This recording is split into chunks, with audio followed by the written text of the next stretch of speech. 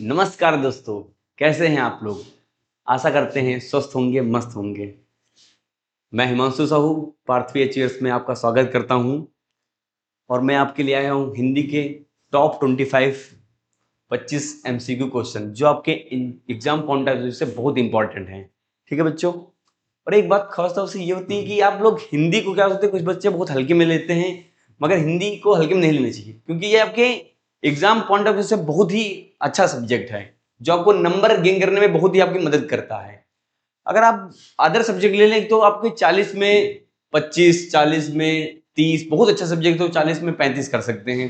मगर एक हिंदी ऐसा सब्जेक्ट जिसमें आप 40 में 40 लाने का भी क्षमता रख सकते हैं। ठीक है, तो जो हिंदी है उस पर आप ध्यान दीजिए और हिंदी को पढ़िए, जरूर पढ़िए। और जैसे आप सबको ज्यादा टाइम देते हैं तो हिंदी को आप 2 घंटा ना देके अगर आप 1 घंटा देते हैं तब भी आपको वो समझ में आएगी। इसलिए है कि हिंदी को पढ़ना बहुत जरूरी है। ठीक है बच्चों, तो ये स्टार्ट करते हैं हम अपने क्वेश्चन।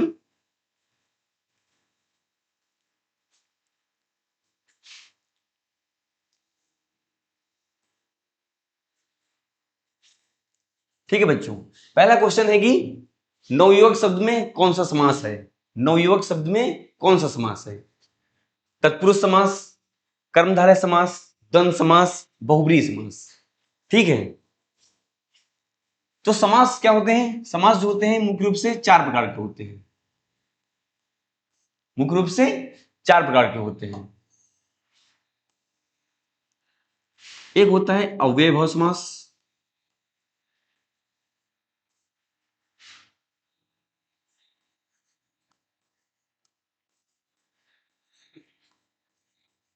दूसरा होता है तत्पुरुष समास, तीसरा होता है द्वंद्व समास, चौथा होता है बहुब्रीहि समास।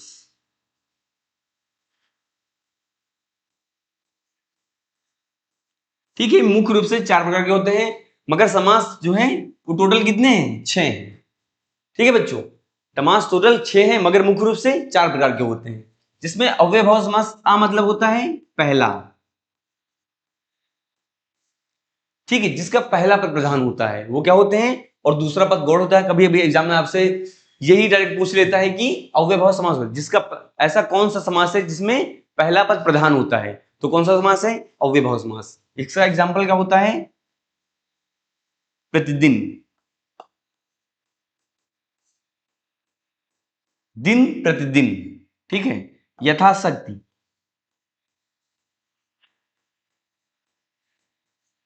यथाशक्ति मतलब शक्ति के अनुसार। ठीक है, दूसरा लेते हैं तत्पुरुष समास। तत् मतलब दूसरा, तत् का मतलब क्या होता है, दूसरा। आ का मतलब, आ देखिए वर्णमाला में सबसे पहले आता है, तो आ का मतलब क्या हुआ, आ मतलब पहले, पहले आता है इसलिए पहला पद प्रधान। तत् संस्कृत में तत् का अर्थ होता है दूसरा, दूसरा पद प्रधान होता है। ठीक है बच्चों, और इसमें आपके क्या आते हैं, सभी जितने भी कारक चिन्ह होते हैं वो सब इसी के अंतर्गत आते हैं। कारक चिन्ह मतलब कर्ता ने कर्म को कर्ण से संप्रदान के लिए, अपादान से, ये सब जो भी होते हैं सब किसके अंतर्गत आते हैं, तत्पुरुष समास के अंतर्गत आते हैं। तो इसमें क्या होता है, जैसे राजपुत्र।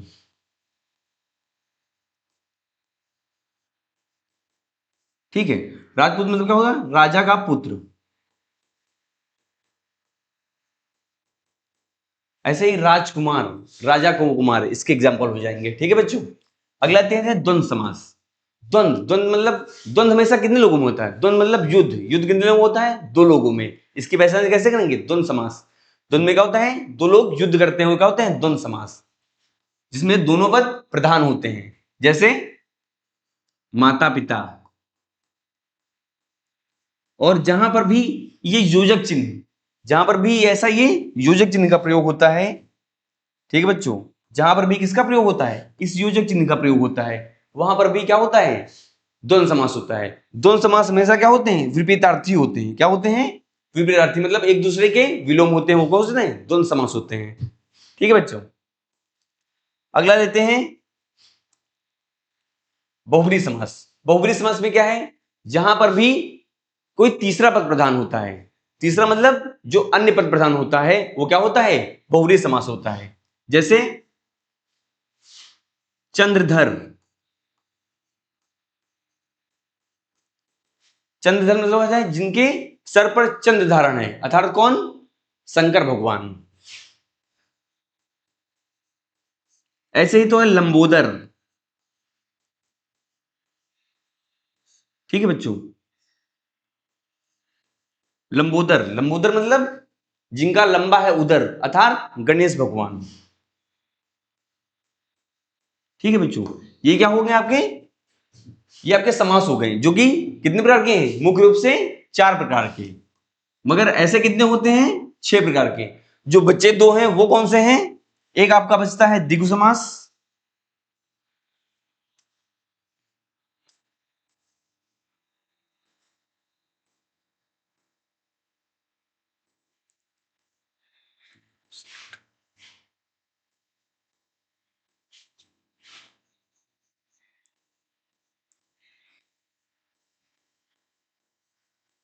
एक आपका होता है द्विगु समास।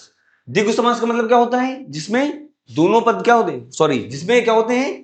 पहला पद संख्यावाची होता है। संख्यावाची होती मतलब जैसे संख्या 1 2 3 4 5 होती है, वो क्या होती है? संख्यावाची। द्विगु समास में क्या होते हैं? संख्यावाची होते हैं। जैसे जैसे आप ले सकते हैं चौराहा। चौराहा मतलब क्या होता है? जिसमें 4 राहें होती हैं, वो क्या होता है? चौराहा। और क्या हो सकता है? चतुर्भुज, जिसमें 4 भुजाएं हैं, चतुर्भुज, वो क्या होंगे? द्विगु समास। ठीक है बच्चों, अगला देखते हैं क्या होता है? कर्मधारय समास।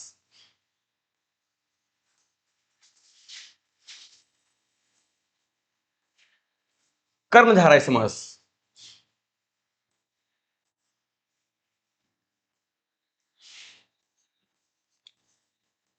कर्मधारय समास में क्या होता है? कर्मधारय समास वो समास होते हैं जिनमें या तो एक उपमेय होता है, या एक उपमान होता है, या एक विशेषण होता है, या एक विशेष होता है। यानी इनकी पहचान क्या होती है? उपमेय उपमान होता है, उपमेय उपमान होता है, और दूसरा या तो एक विशेष होता है या फिर एक विशेषण होता है। ठीक है बच्चों, जहां पर भी विशेष विशेषण मिल जाए या उपमेय उपमान मिल जाए, वो कैसे होंगे? कैसे होंगे? कर्मधारय समास होंगे। ठीक है बच्चों, तो कर्मधारय समास अब यहां पे देखते हैं क्या है? नवयुवक। नवयुवक का मतलब होता है नया है जो युवक, नव है जो युवक, या फिर नया है जो युवक। ठीक है बच्चों, जहां पर भी है जो शब्द आ जाए, कि भी किसी भी समास में है जो, जिनको विच्छेद करने पे क्या जाए? है जो आ जाए, वहां पे कैसा समास होता है? कर्मधारय समास। कैसा समास होता है? कर्मधारय। तो वहां पे समास कैसा होगा? कर्मधारय समास। ठीक है, तत्पुरुष समास क्यों होता है? क्योंकि इसको तोड़ने पर कहीं पे हमें क्या नहीं मिल रहा है? क्या नहीं मिल रहा है? तत्पुरुष में आपको कारक चिन्ह मिलेंगे, कहीं पे आपको कारक चिन्ह मिल रहा है? नहीं मिल रहा है। द्वंद्व नहीं हो सकता है, क्योंकि उसका इसको तोड़ने पे क्या है चाहिए? एक दूसरे के विलोम आने चाहिए, यहाँ पे विलोम नहीं आ रहा है। और आपका बच्चा बहुब्रीहि समास, नवयुवक का कोई तीसरा अर्थ निकल रहा है? नहीं निकल रहा है, इसलिए यहाँ पर कौन सा समास होगा? कर्मधारय समास। ठीक है बच्चों, समझ में आया? ठीक है, नेक्स्ट क्वेश्चन में चलते हैं। अगला क्वेश्चन है, जलपान का सही अर्थ है। जलपान का सही अर्थ है पानी पीना, भोजन करना, फल खाना, या स्नान करना। जलपान, आपने जो गांव से बिलोंग करते हैं वो लोग कभी देखते होंगे, उनके आप दादा लोग, कोई रिश्तेदार आता है, कहते हैं चलिए भैया जलपान कर लिया जाए। जलपान का मतलब होता है खाना खाने से। ठीक है बच्चों, तो यहां पर जलपान का मतलब पानी पीने से नहीं होगा, भोजन ओ फल खाने से नहीं होगा, स्नान करने से होगा, अर्थात किससे होगा? भोजन करना। किससे होगा? भोजन करने से। ठीक है बच्चों, नेक्स्ट क्वेश्चन में चलते हैं। जिसका अंत ना हो, इस अर्थ का एक शब्द है। जिसका अंत ना हो, इस शब्द का एक अर्थ है। अनस्वर, अनंत, अक्षय, अजर। ठीक है बच्चों, क्या है? तो आप बताइए इसमें क्या हो सकता है आंसर?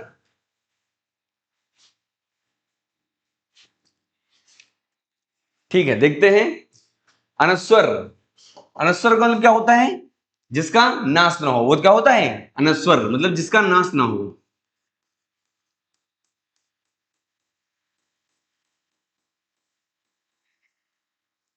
अनंत, अनंत का मतलब होता है जिसका अंत ना हो।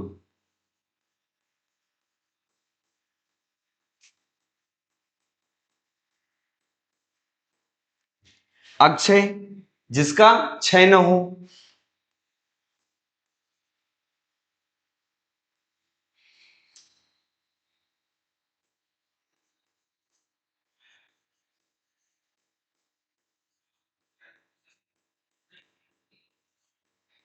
जिसका क्षय ना हो। अजर, अजर का मतलब क्या होता है जो बूढ़ा ना हो।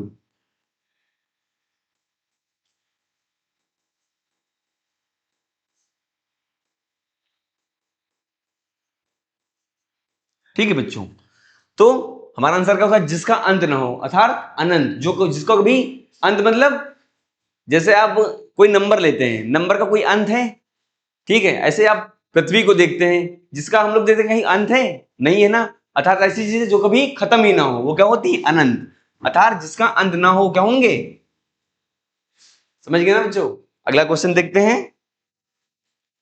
करेला नीम चढ़ा मुहावरे का अर्थ है, करेला नीम चढ़ा, कड़वे स्वभाव का होना, दुखों पर दुख होना, बुराई पर बुराई बढ़ना, असहाय की स्थिति होना।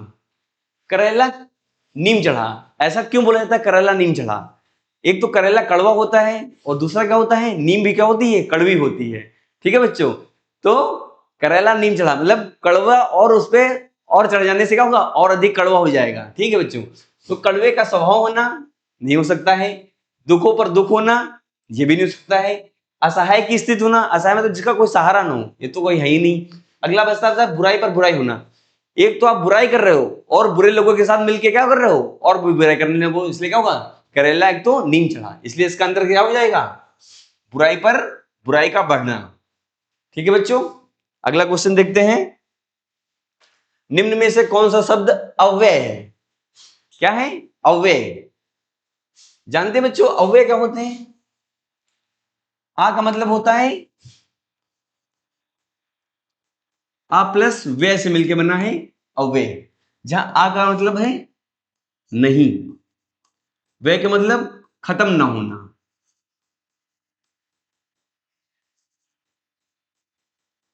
ठीक है बच्चों, खत्म ना होना।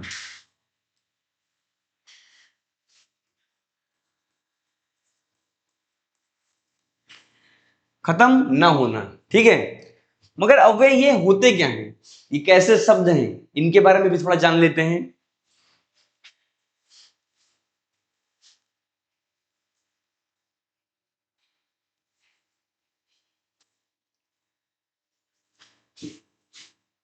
आप पढ़ेंगे क्या, शब्द भेद, क्या पढ़ेंगे, शब्द भेद।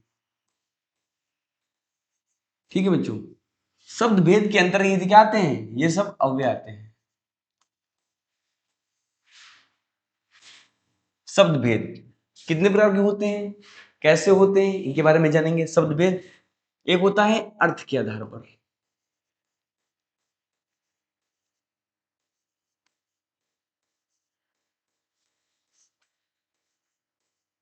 एक होता है विकार के आधार पर, विकार बोल सकते हैं, या फिर परिवर्तन के आधार पर भी बोल सकते हैं। ठीक है, एक होता है उत्पत्ति के आधार पर, एक होता है व्युत्पत्ति के आधार पर।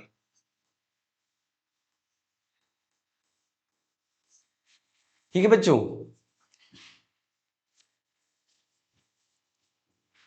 समझ में आया। शब्द भी कितने बने, अर्थ के आधार पर, विकार के आधार पर, उत्पत्ति के आधार पर और व्युत्पत्ति के आधार पर। ठीक है,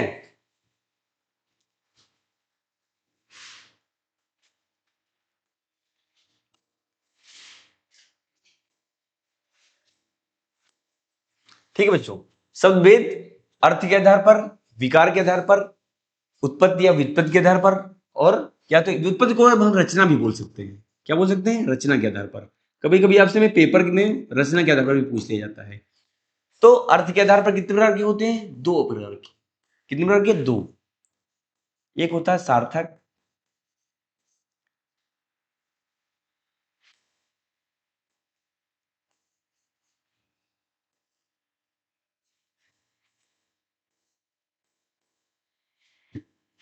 एक होता है सार्थक, दूसरा होता है निरर्थक। ठीक है बच्चों, एक सार्थक एक निरर्थक। एक विकार कितने प्रकार के होते हैं? दो प्रकार के। एक होता है विकारी, एक होता है अविकारी।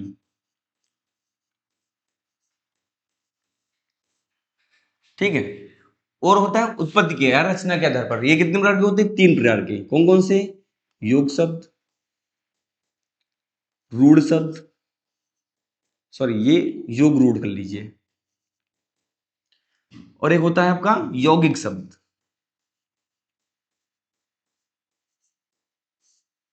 ठीक है बच्चों, और अब क्या होता है? व्युत्पत्ति के आधार पर। ये कितने प्रकार के होते हैं? कितने प्रकार के बता सकता है कोई? बताइए। ठीक है, अच्छा तब तक आप कमेंट करिए, मैं आपको इसके बारे में बताता हूँ। सार्थक क्या होते हैं, ये क्या होते हैं, ये क्या होते हैं, इनके बारे में बताते हैं। सार्थक क्या होते हैं? सा मतलब साथ, अर्थ मतलब अर्थ, जिनके साथ में कोई अर्थ हो। ठीक है, ऐसे शब्द जिनका कोई अर्थ निकले। ठीक है, वो क्या होंगे? सार्थक। जैसे कलम, चरण, ये सब क्या होंगे? इनका कोई अर्थ निकलेगा। अगला होता है निरर्थक, जिनका कोई अर्थ ना हो। जैसे हमने लिख दिया कलम को, हम ये चाहे मलक लिख देते, या चा ता क, इनका कोई अर्थ है? नहीं है, तो कैसे होंगे? निरर्थक सब होंगे। ऐसे आपका कहा विकारी कितने प्रकार के होते हैं? चार प्रकार के। नंबर एक संज्ञा, सर्वनाम,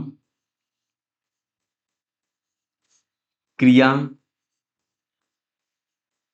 और चौथा आपका होता है विशेषण। ठीक है बच्चों, ऐसे ही विकारी होते हैं। विकारी तो आपको कहीं कहीं चार भी देखने को मिलेंगे और कहीं पर भी पांच भी देखने को मिलेंगे। तो आपके ऑप्शन में जैसा आता है आप वैसा टिक करेंगे। मगर ऑप्शन में चार पांच दोनों आता है तो आप पांच को प्रेफर करेंगे। ठीक है बच्चों, इसमें क्या आते हैं? क्रिया विशेषण अव्यय,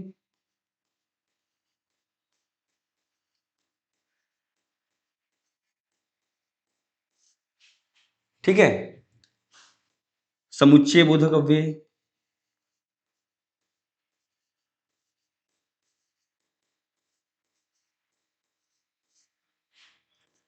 क्रिया विशेषण अव्यय, समुच्चय बोधक अव्यय, संबंध बोधक अव्यय,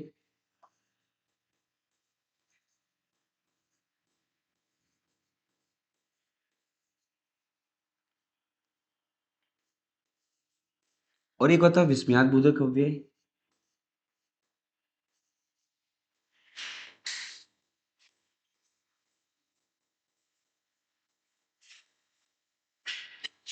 ठीक है, चौथा आता है आपका निपात। ठीक है, समझ में बात? चौथा, पांचवा क्या आता है आपका? निपात। ऐसे तो व्युत्पत्ति के आधार पर कितने प्रकार के होते हैं? पांच प्रकार के। तत्सम, तद्भव, देशज, विदेशज। ठीक है, पांचवा कौन सा जोड़ा गया है इसमें? एक जोड़ा गया इसमें संकर शब्द। ठीक है, तो आपको ये उत्पत्ति के आधार पर कहीं चार मिलेंगे, कहीं पांच मिलेंगे। वैसा भी अगर आपको पांच मिलते हैं तो आप पांच को टिक करेंगे, अगर चार मिलते हैं तो आप चार को टिक करेंगे। ठीक है बच्चों, तो ऐसे हम जानेंगे अर्थ के आधार पर, विकार के आधार पर, उत्पत्ति के आधार पर और व्युत्पत्ति के आधार पर। ठीक है बच्चों, तो आप क्वेश्चन पे अपने चलते हैं।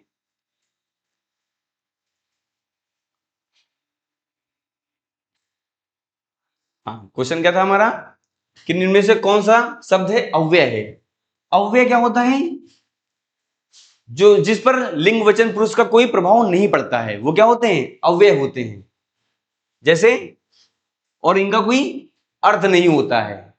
अगर इनको आप तोड़ेंगे इनका कोई अर्थ नहीं निकलेगा। ठीक है, जैसे पानी, पानी का कोई अर्थ है, और इन पर लिंग वचन पुरुष का प्रभाव पड़ सकता है। ऐसे सूर्य, इसका भी अर्थ है। कुत्ता, इसका भी अर्थ है। ऐसे ही क्या होता है? एक शब्द है आपका धीरे, जिस पर लिंग वचन पुरुष का कोई प्रभाव नहीं होता है, वो क्या होते हैं? अव्यय होते हैं। धीरे, चाहे आप फीमेल हो चाहे आप मेल हो, दोनों पर धीरे का क्या होता है? एक ही जैसे प्रयोग किए जाते हैं। जैसे लड़का धीरे धीरे चलता है, लड़की धीरे धीरे चलती है। ठीक है बच्चों, ये क्या होते हैं? अव्यय होते हैं। अव्यय क्या होंगे? निम्न से कौन सा शब्द? तो धीरे क्या है आपका? अव्यय शब्द है। अगले क्वेश्चन पे आते हैं। कृषक शब्द में कौन सा प्रत्यय है? कृषक शब्द में कौन सा प्रत्यय है? कृषक अग प्रत्यय है, का प्रत्यय है, सक प्रत्यय है, त्रा प्रत्यय है। तो प्रत्यय क्या होते हैं? उपसर्ग। ये दो रहे, एक प्रत्यय होता है, एक उपसर्ग होता है। उपसर्ग क्या होता है? जो शब्द के पहले लगते हैं वो क्या होते हैं? उपसर्ग होते हैं। जो शब्द के बाद लगते हैं वो क्या होते हैं? प्रत्यय होते हैं। तो आप इसका उच्चारण कीजिए। कृषक, क्या निकलना लास्ट में? अग। तो यहां पे कौन सा प्रत्यय होगा? अग प्रत्यय। ठीक है बच्चों, अगले क्वेश्चन पे आते हैं। शत्रु। शत्रु शब्द का विलोम। विलोम, विलोम का मतलब क्या जानते हैं आप लोग? विलोम का मतलब क्या होता है? विपरीत अर्थ, जिसका कोई उल्टा अर्थ निकले। ऐसे ही विलोम शब्द कौन सा होगा? मित्र होगा, अनमित्र होगा, अपशत्रु होगा, सहयोगी होगा। तो शत्रु, शत्रु मतलब दुश्मन। दुश्मन का उल्टा क्या होता है? दोस्त। दोस्त यानी कि मित्र। ठीक है बच्चों, शत्रु क्या है? शत्रु का विलोम क्या है? मित्र। अगला क्वेश्चन देखते हैं। एक अनार 100 बीमार मुहावरे का अर्थ है। एक अनार 100 बीमार मुहावरे का अर्थ है। बहुतों की इच्छा पर एक वस्तु, लालच होना, झगड़ा होना, असंभव कार्य होना। एक अनार 100 बीमार मतलब कोई एक चीज है जिसके पीछे क्या है? बहुत लोगों की इच्छा है इसको लेने की। वो कैसा होगा? एक अनार 100 बीमार। बात समझ में आ रही है? तो लालच होना ये नहीं हो सकता है, झगड़ा होना ये तो हो ही नहीं सकता है, संभव कार्य होना ये भी हो सकता है। तो एक अनार 100 बीमार का मतलब होता है बहुतों की इच्छा पर एक वस्तु, यानी कोई एक वस्तु है जिस पर उनकी बहुत सारी इच्छाएं हो, वो क्या होता है? एक अनार 100 बीमार। अगला क्वेश्चन देखते हैं। अश्रु शब्द का पर्यायवाची है। पर्यायवाची जानते हैं? जिनके बहुत सारे शब्द बन जाएं वो क्या होते हैं? पर्यायवाची होते हैं। जैसे अश्रु, नयन, जल, नेत्र, आंसू। तो नयन, नयन का मतलब क्या होता है? आंख। ऐसे ही आपका नेत्र, नेत्र का मतलब भी क्या होगा? आंख। जल, जल के पर्याय क्या हो सकते हैं? अंबुज, सलज, ठीक है, जलज, सॉरी, जल, जल का प्रयोग क्या हो सकता है? पानी, नीर। ठीक है, ऐसे ही अश्रु, अश्रु शब्द का पर्यायवाची क्या हो सकता है? आंसू। ठीक है, नयन और नेत्र किसके पर्यायवाची हैं? आंख के पर्यायवाची हैं। जल किसका पर्यायवाची है? पानी और नीर का पर्यायवाची है। ठीक है, जलज यानी अगर आपको पानी का पर्यायवाची पता करना है जल का, तो उसके पीछे जा लगा देंगे। जो भी पर्यायवाची जिसके पीछे जा लगा देंगे वो क्या बन जाएगा? पानी का पर्यायवाची। अगर दा लगा देंगे तो वो बन जाएगा बादल का पर्यायवाची। ठीक है बच्चों, जैसे हमने जल, जल के पीछे क्या लगा दिया? दा। जलद, जलद का मतलब क्या हो गया? बादल से हो जाएगा। ऐसे ही नीर, नीरद में क्या लगा देंगे? नीरद, नीरद का मतलब बादल। अगला क्वेश्चन देखते हैं। समानार्थक शब्द वाले, समानार्थक शब्द को क्या कहते हैं? समानार्थक शब्द को क्या कहते हैं? मतलब समानार्थक मतलब जिनके समान अर्थ निकले वो क्या होते हैं? समानार्थक शब्द होते हैं। जैसे समान ध्वनि वाले शब्द, समान अर्थ वाले शब्द, विपरीत अर्थ वाले शब्द या भिन्न शब्द। भिन्न मतलब जो अलग अलग हों वो क्या होते हैं? भिन्न शब्द होते हैं। विपरीत मतलब जो एक दूसरे के विलोम होते हैं। समानार्थ मतलब जिनमें कोई समान अर्थ होता है। ध्वनि मतलब जो बोलने में एक समान हो वो क्या होंगे? समान ध्वनि वाले। तो समानार्थक मतलब जिनमें क्या हो? समान अर्थ हो वो क्या होंगे?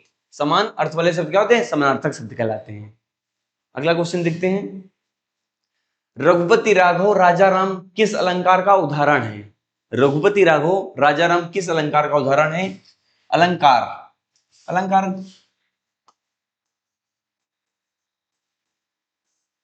अलंकार आपने पढ़ा होगा।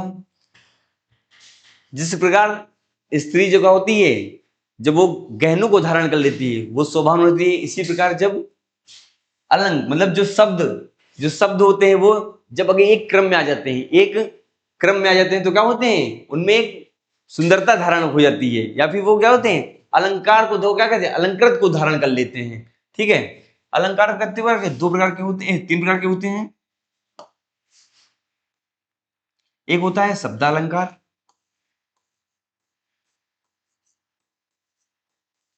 एक होता है अर्थालंकार,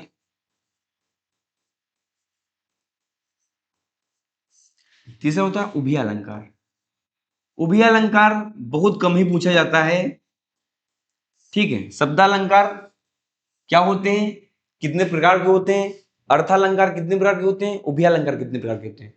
शब्दालंकार की पहचान कैसे करते हैं, इसके लिए आप एक शब्द याद रखेंगे, अवश्य, ठीक है। जहां आ से अनुप्रास, वा से वक्रोति, सा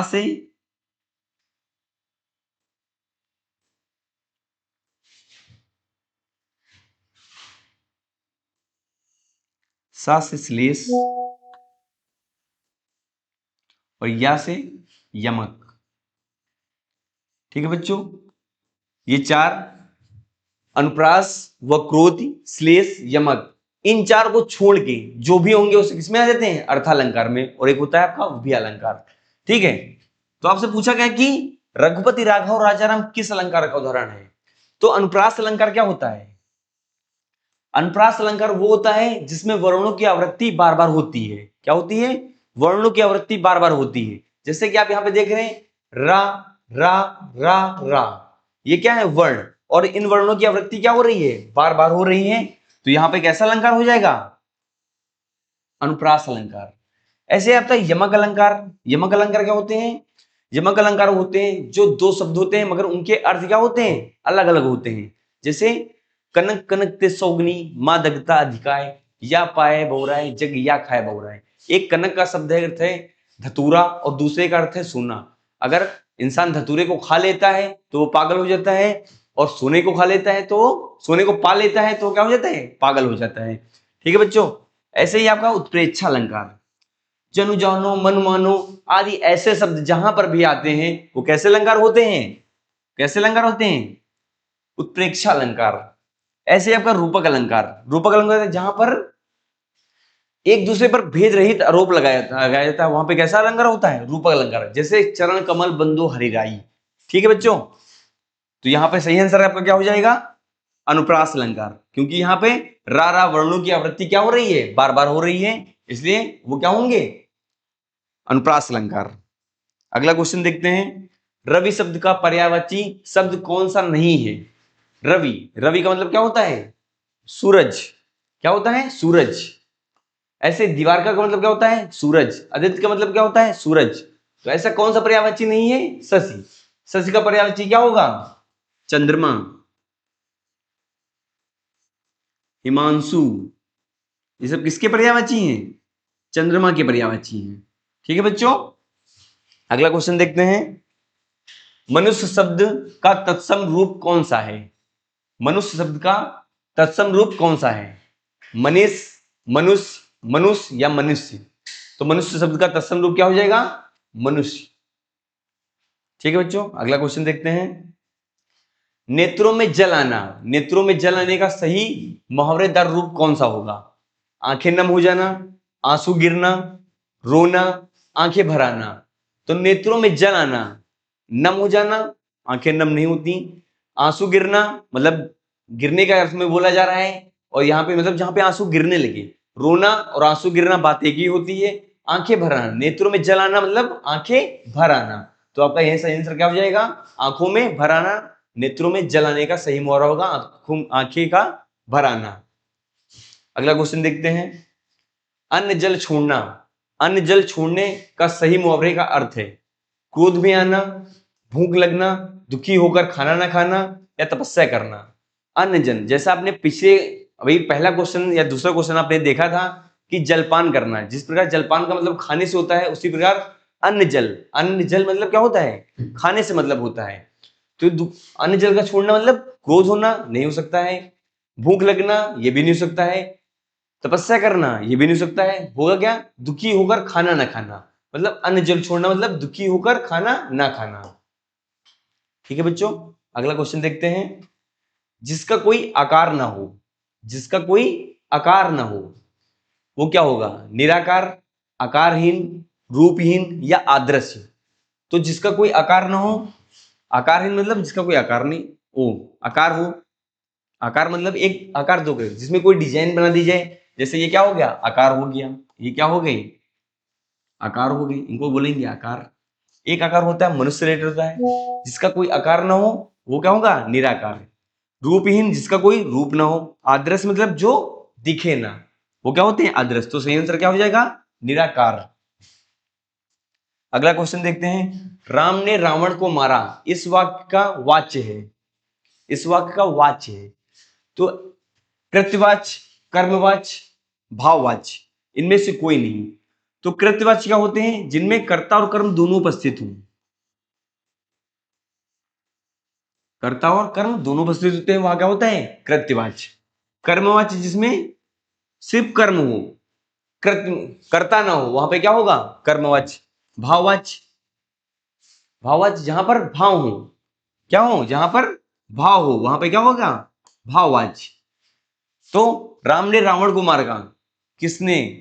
कौन मारा? कर्ता की पहचान कैसे करते हैं? कौन से? और कर्म की पहचान क्या या किससे से करते हैं? अगर आप प्रश्न दिया हुआ है राम ने रावण को मारा, तो कौन मारा? उत्तर क्या निकलेगा? राम ने। तो जहां पर राम ने क्या हो जाएगा? कर्ता। क्या हो जाएगा? कर्ता। यानी कौन का उत्तर हमें क्या मिला? राम। किसको मारा या क्या मारा? किसको मारा? रावण को मारा। तो किसको और क्या क्या उत्तर क्या मिलता है? क्या मिलता है? कर्म। तो जहां पे कर्ता कर्म दोनों उपस्थित होते हैं वहां कैसा वाच्य हो जाता है? कृत्यवाच्य। नोट कर लेंगे कर्ता, प्रश्न करेंगे कर्ता के लिए कौन, और कर्म के लिए क्या। ठीक है बच्चों, अगला क्वेश्चन देखते हैं। नील शब्द का विलोम क्या होगा? नील शब्द का विलोम क्या होगा? पीला, श्वेत, लाल या धूसर? ठीक है बच्चों, नील शब्द का विलोम होगा लाल। अगले क्वेश्चन पे आते हैं। कर शब्द का प्रयोग किन अर्थों में होता है? कर शब्द का प्रयोग किन अर्थों में होता है? हाथ, कर, कर टैक्स दोनों, या फिर इनमें से कोई नहीं? तो कर, कर शब्द का मतलब होता है हाथ, और कर का मतलब क्या होता है? टैक्स। तो इन दोनों में क्या होगा? इसका आंसर क्या हो जाएगा? दोनों। कर शब्द का अर्थ प्रयोग इनमें होता है, दोनों में होता है। कर का मतलब हाथ भी होता है, कर का मतलब टैक्स भी होता है। अगला क्वेश्चन देखते हैं। बालक शब्द में कौन सा समास है? अभी आपको समास के बारे में पूरा डिटेल से बताया है। ठीक है, ऐसे किसी शब्द को दो टुकड़े जिनमें को अर्थ निकले उनका ही समास किया जा सकता है। यहाँ बालक तत्पुरुष, इसको आप तोड़ नहीं सकते हैं किसी उसमें। कर्मधारा में भी नहीं बदल सकते हैं। बहुब्री मतलब कहा कोई अर्थ नहीं निकल रहा हो। कर्मधारा क्यों नहीं होगा? क्योंकि यहाँ पे उपमेय उपमान या तो विशेष विशेषण कुछ है ही नहीं, तो यहाँ पे बालक का शब्द का पर्यायवाची समास नहीं हो सकता है। ऐसे ही बालक ऐसा शब्द है, बालक ऐसा शब्द है जिसको हम दो टुकड़े नहीं किए सकते हैं, जिसके दो टुकड़े नहीं किए जा सकते हैं, अर्थात कैसा है? समास रहित है। कैसा है? समास रहित है। बालक कैसा? कौन सा समास है? समास रहित। अगला क्वेश्चन देखेंगे। अंधों में काना राजा, अंधों में काना राजा का मुहावरे का अर्थ है सभी अंधे हैं, गुणहीन में गुणहीनों में थोड़ा गुणी श्रेष्ठ होता है, कोई राजा नहीं है, सभी समान है। तो अंधों में काने राजा का मतलब क्या हो जाएगा? गुणहीनों में थोड़ा गुणी का श्रेष्ठ जो होता है उसको क्या कहते हैं? अंधों में काना राजा। अगला गंगा शब्द का पुल्लिंग या स्त्रीलिंग है। गंगा, सबसे आप देखते हैं पुल्लिंग और स्त्रीलिंग की पहचान कैसे की जाती है। ठीक है बच्चों, पुल्लिंग और स्त्रीलिंग, जहां कहीं भी आपको स्त्रीलिंग मिल जाए, पुल्लिंग शब्द मिल जाए, इनकी पहचान कर सकते हैं। बहुत सारे वर्ड हैं, आप जैसे आप लगना चाहें। पुल्लिंग के लिए होता है और स्त्रीलिंग के लिए होती है। ऐसे शब्द इनके लास्ट में जोड़ते जाइए और आप स्त्रीलिंग पुल्लिंग का पहचान कर सकते हैं। जैसे गंगा क्या है? गंगा होती है, गंगा बहती है। क्या है? गंगा होती है या फिर गंगा बहती है। तो कैसा शब्द है? स्त्रीलिंग शब्द है। ठीक है, इससे दही, दही क्या होता है? दही होता है, दही खाया जाता है। बात समझ में आई? तो गंगा कैसा शब्द है? स्त्रीलिंग शब्द है। अगला क्वेश्चन देखते हैं। हृदय शब्द का विलोम, विलोम का मतलब उल्टा अर्थ। मस्तिष्क, आत्मा, पत्थर या निर्दय। हृदय, हृदय शब्द का विलोम होगा निर्दय। ठीक है बच्चों, अगला क्वेश्चन देखते हैं। गोबर गणेश मुहावरे का अर्थ है मूर्ख व्यक्ति, बुद्धिमान व्यक्ति, भोला व्यक्ति, लालची व्यक्ति। गोबर गणेश आप सबने सुना होगा, जो गांव से रहते हैं उनके यहाँ बोला जाता है, क्या भैया गोबर गणेश ही हो क्या, एकदम बोलते नहीं बोलते हैं। तो गोबर का मतलब क्या होता है, मूर्ख व्यक्ति। कैसा होता है, मूर्ख व्यक्ति, उसको क्या बोलते हैं, गोबर गणेश। ठीक है बच्चों, अगला देखेंगे। सपना देखना, सपना देखने का समानार्थी वाक्यांश है सपना देखना। झूठ बोलना, कल्पना करना, सो जाना, आराम करना। तो सपना देखना मतलब सो जाना हो ही नहीं सकता है। आराम करना, आराम करने का सपने से रिलेटेड है, नहीं है। झूठ बोलना नहीं है, तो क्या हो सकता है इसका, कल्पना करना। सपना देखना मतलब सपने में हम लंदन में पहुंच गए, दिल्ली में पहुंच गए। कभी कभी बैठे बैठे हम क्या होते हैं, बैठे बैठे कुछ भी सोचने लगते हैं, कल्पना करने लगते हैं, अरे यार काश हम दिल्ली में घूम रहे होते हैं, लंदन में घूम रहे होते हैं, मुंबई में घूम रहे थे। तो सपना देखने में क्या हो गया, कल्पना करना। अगला क्वेश्चन देखते हैं।